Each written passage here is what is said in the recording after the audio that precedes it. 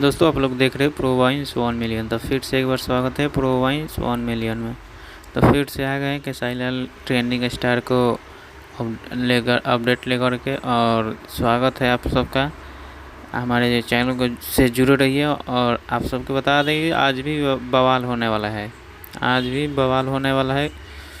11 बजे रिलीज होने वाला है खेसारी लाल का नया सॉन्ग साड़ी की फ्लैट, और मुझे उम्मीद है कि इस गाने को इनवाइट भी होने वाला है। शायद अगर इनवाइट होगा तो खेसारी लाल यादव नया वीडियो भी आएगा और बहुत कुछ बोलेंगे खेसारी लाल यादव ने। तैयार रहिए, और हो सकता है कि कंट्रोवर्सी ट्रैफिक पर भी बोले, उनके तैयारी रहे।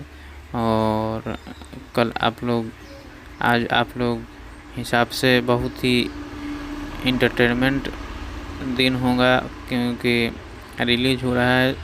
वैसे शूटिंग भी हो रहा है। शिल्पी रघवानी जी के साथ तस्वीर शेयर की है खेसारी लाल यादव ने, और देखिए आप लोग मोबाइल की स्क्रीन पर आ रहा